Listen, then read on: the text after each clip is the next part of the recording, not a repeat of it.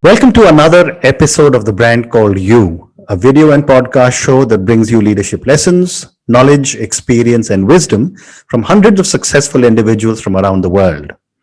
Today, it is my privilege to welcome a very, very accomplished young entrepreneur from Dubai, Amit Gupta, to our show. Amit, welcome to the show. Thank you, Ashutosh. Amit is the promoter of Agrifields DMCC in Dubai, and he's also the promoter of Farmfields Pvt Limited, which is, from the name, an Indian company. So, Amit, tell me, what would you say are three key milestones in your life or your career?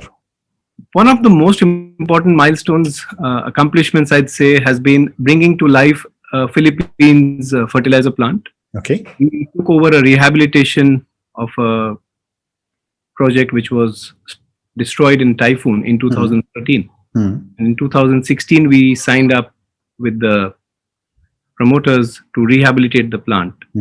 It took us 2 years to rehabilitate, a couple of more years to get the clearances, and March 2020, we brought it online. So that was a very big accomplishment for me. Okay.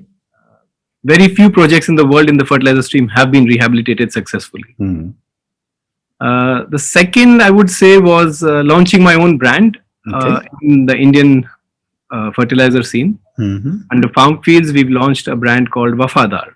Okay, Wafadar. Huh? Wafadar. Very nice. Okay.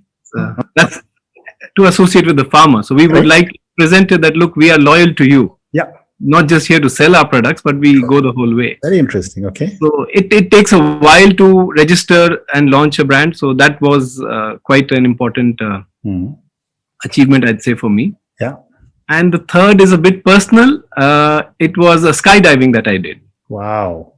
It helped me let go of some unknown fears, a feeling of liberation. And I think it taught me to take calculative risks, which helps me in life and become a little more adventurous. Fantastic. Amazing three milestones. So let's talk about, your two companies, Agrifields and Farmfields. Tell me about these ventures, and we'll talk about Philippines as well. Sure. So, as you would know, Ashutosh, our soil requires three primary nutrients: N, P, and K. N for nitrogen, P for phosphates, K for potash. So, Agrifields is in the phosphatic side of the business. Okay. It's a bulk fertilizer company. We have ownership in phosphate mines in Senegal. Correct. We have a downstream operating plant in Philippines which manufactures phosphoric acid, and also a downstream granulation plant which manufactures DAP as an end fertilizer. Right. The plant has a nameplate capacity of 1 million tons fertilizer production. That's Agrifields. Farmfields, on the other hand, is a niche player in India. We are primarily into water-soluble fertilizers, which is distributed via drip irrigation, which is gaining a lot of prominence in India now. Right. And at the same time, we are also promoting organic fertilizers. Okay. We were one of the earliest people who brought organics to India, but it takes time. Okay. And tell me, this focus on fertilizers, is it something that was conceived of by you, or is it a family business? No, I have to give the credit to my late father. Okay. Who conceived the fertilizer business, and it was his vision that he always told us that tomorrow the phosphatic fertilizers, that was his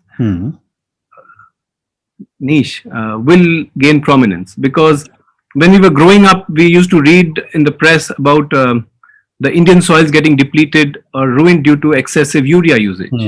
That's acidic. So phosphate is the reverse of that. So you need phosphates to repair the damage. Okay.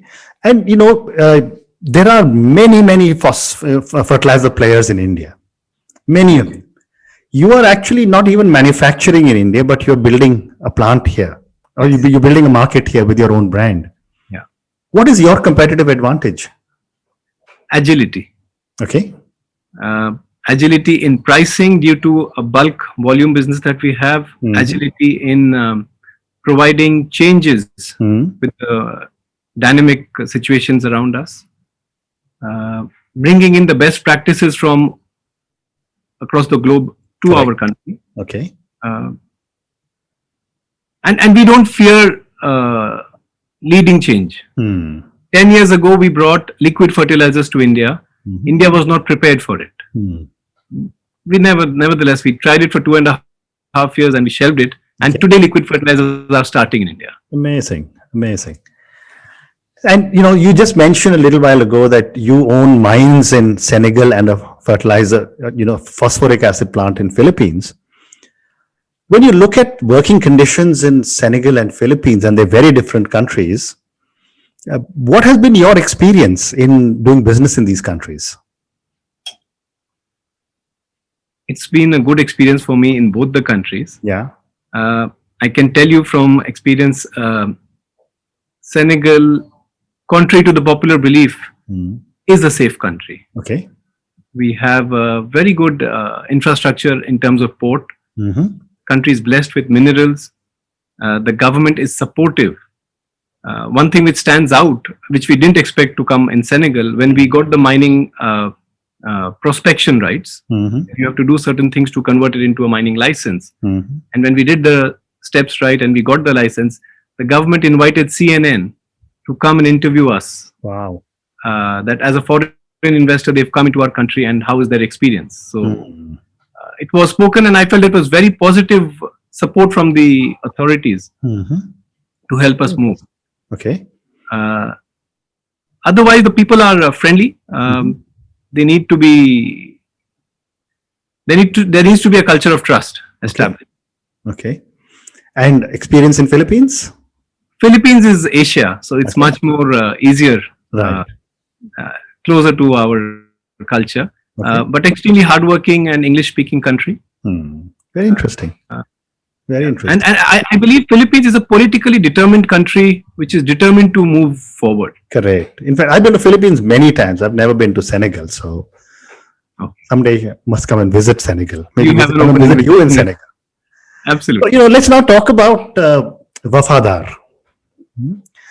What goes into building a completely new agro brand in India? It's a very good question, and it took me 2 years to come to the conclusion that should I or shouldn't I launch a brand. Right. In India, in the farming sector, brands are a legacy. Since the Green Revolution started in the 1960s, there have been companies who have existed, and their brands are like synonymous, like Tata. So what I believe is a necessity is having a gold standard. The farmers depend on your brand, so you cannot compromise on the quality. And we better know what we are offering. Okay. You don't have to be a jack of all trades. It's okay to be a specialist. So definitely the right quality and having a transparent communication with the farmers. So there are certain things we share with the farmers. We have something called soil testing. And then the farmers have a soil health card. Correct. We tell them that, look, your soil doesn't need nitrogen, it needs more of potash or mixture of potash and phosphate. We help them improve their yields and their land, and they can see it transparently. So they need to have that dependency. Okay. He's just not here to sell his product. Sometimes what we determine after the soil test, they may not need our fertilizers, but so be it. Okay. Interesting. And, you're building these, powerful businesses in what if I may call them commodities? Yes. What are some of the values you hold dear to your heart as you are rolling out these businesses across the world? So we say little orthodox concept, but your word is bond. Correct. What we commit, we are bound to deliver. Okay. Commercials come second. Correct. So we maintain that basic ethic in business world over. Sometimes it is some loss to us, sometimes it's profit, but that's a part of the game. But we never compromise on our basic ethics. What we commit is what we deliver. Okay. And therefore, an interesting follow-up to that question is that, you must be hiring people all over the world. What do you look for, given your strong values? I look for proactiveness. How do you react in an uncomfortable situation? And I basically gauge an attitude from why to why not. Okay. So does that mean that you're looking for entrepreneurs within your organization? Yes. Okay. I need people to be self-starters. But then those self-starters needs a lot of governance and control. We do. And one thing I do propagate is when I grew up, we were taught think outside the box. Mm-hmm. But I believe today there is no box. Okay. You have to come out with solutions from wherever and whatever.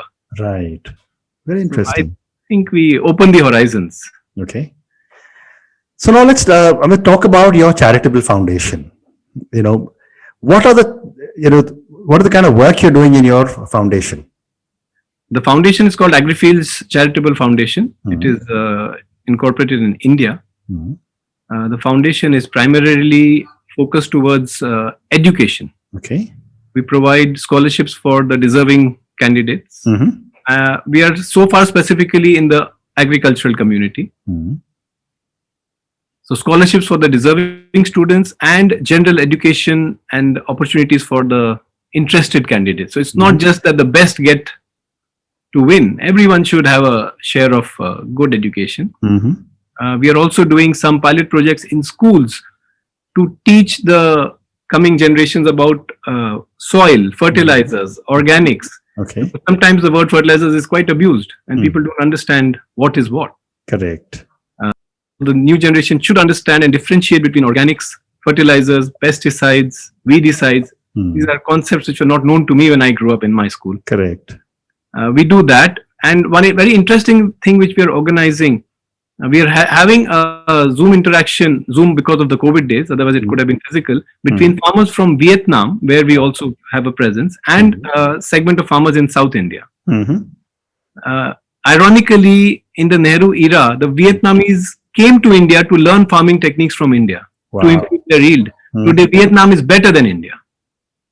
So, just a sharing of information. So, I'd love to know from you, when you get farmers from South India and Vietnam talking to one another on a Zoom call, how are the dynamics? It must be exciting to see both of them, all of them talking, and exciting for them. It is. Of course, it's through translation. Yeah, language is the barrier. Yeah. But I could see when we introduced this concept to the farmers in India, it just brightened up. Amazing. Especially after knowing that they have performed better than us. They learned it from us and they are grateful and thankful to us. It would be quite an interesting thing to see, and I will share a link with you once it's done. I myself am personally very excited about it. Amazing. Because just before we started our conversation, you were saying that there are a lot of learnings from the platform that we are creating.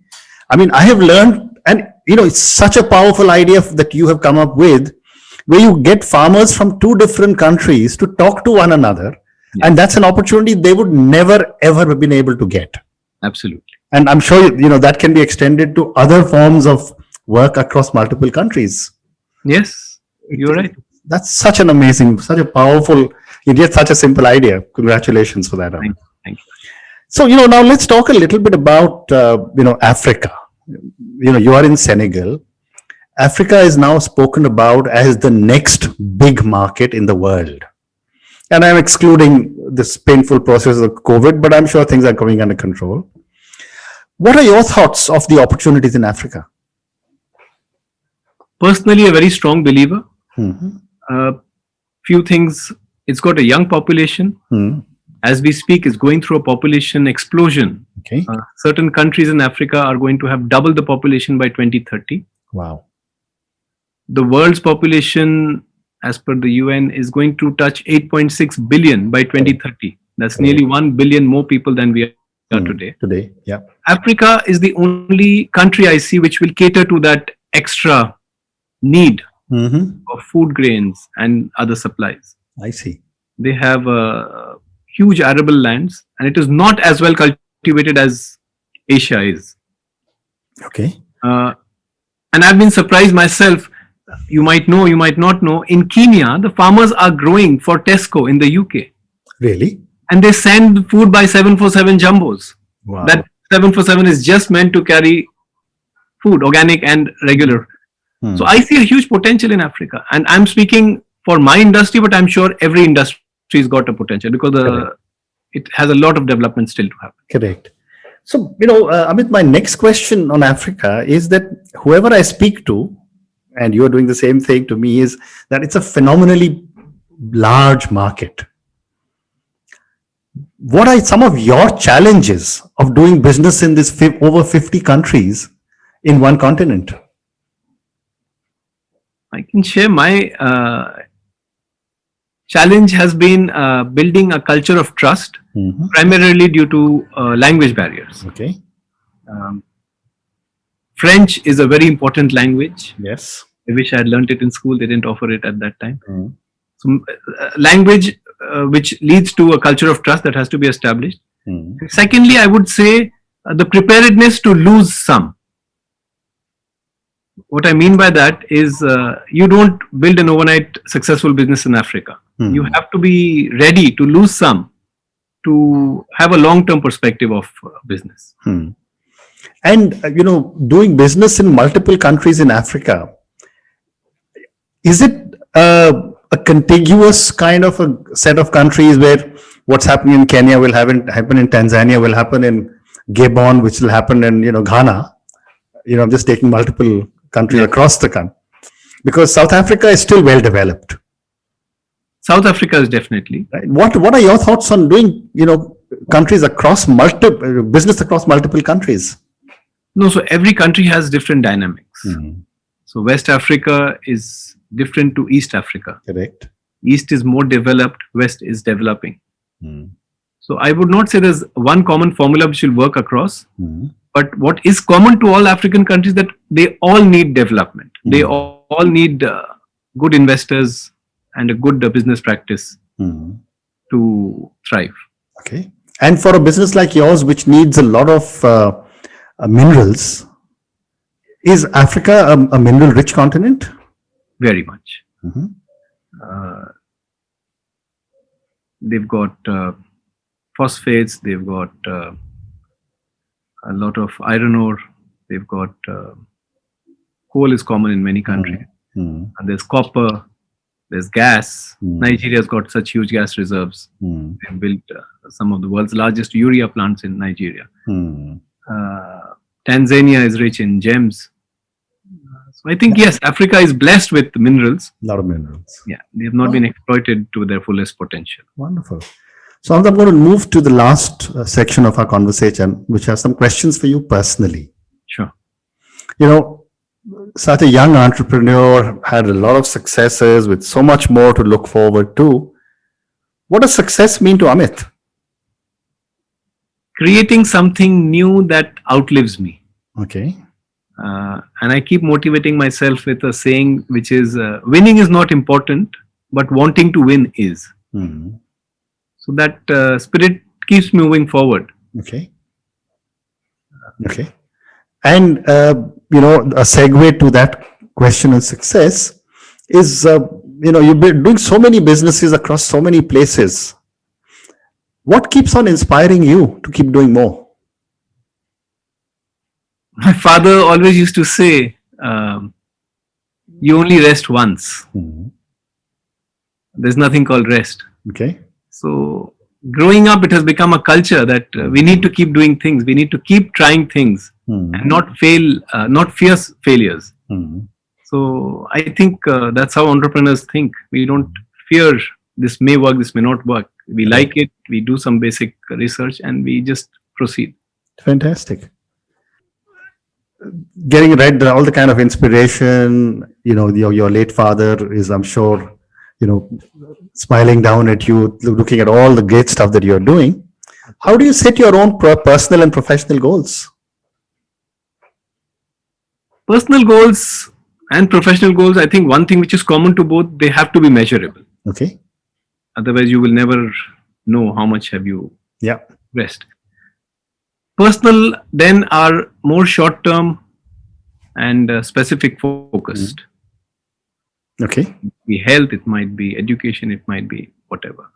Professional, on the other hand, are relatively longer term, 3 to 5 years. Yet, I keep them dynamic because in the ever-evolving world that we are today, you have to be ready to adapt to changes. Okay. What COVID did to us. Yeah. Could not imagine. I mean, you had to be flexible to change your vision. Okay.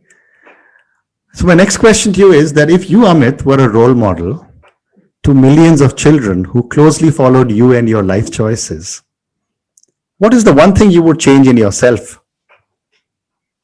It's a tough question, but being less self-critical, Okay. and learning to celebrate even the smallest success in life. That's something nobody else has ever said to me. That's an amazing answer. My next question is that, given all the challenges of COVID, which I know are coming under control, but we still have at least a year before we can all say hopefully everything is back to normal. How are you rethinking your business going forward? Yes, you're right. COVID has taught us so much. It's taught us resilience. It's taught us to be self-sufficient. In my business, in our industry, as you might have heard, India wants to be self-sufficient in fertilizers. Correct. They don't want to be dependent on imports or too reliant on outside. So we've also shifted our focus, and we are putting up plants in India to substitute certain import products. For example, ammonium sulfate is a very good fertilizer and typically imported for the east coast of India. So we are putting up a project in India to manufacture that. We have the technology from our Philippines plant. We'll just use that same. So I think COVID has taught us to be more flexible and be more self-dependent. Okay. And that's the direction I'm taking for the company. Wonderful. Amit, my last question to you, very many people are going to watch our conversation and will hear all the advice and your words that you just mentioned. What would you advise a young entrepreneur who is, now looking forward to start off on their entrepreneurial journey? Something which I've followed myself, which I would say, don't be scared to follow your path. Okay. I've taken a lot of inspiration from a quote of Gandhiji, which says, first they laugh at you, then they ignore you, then they fight you, and then you win. Wow. So I think these are the 4 steps in anyone's journey towards following his path. And if you sustain it, you will achieve your goal. So they first, as you said, first they fight you. No, first they laugh at you. Then they ignore you. Okay. Then they fight you. Then they fight you. You win. And then you win. Wonderful. Amit, that has been such a fascinating and conversation with you. Thank you so much for your time, and I wish you lots of success in everything you're doing. Thank you, Ashutosh. It's been a pleasure. There's so much of learning through your platform. I look forward to your success. Thank you.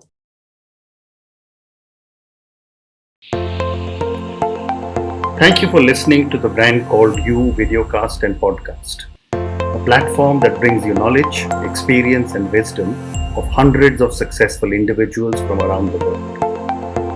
Do visit our website www.tbcy.in to watch and listen to the stories of many more individuals.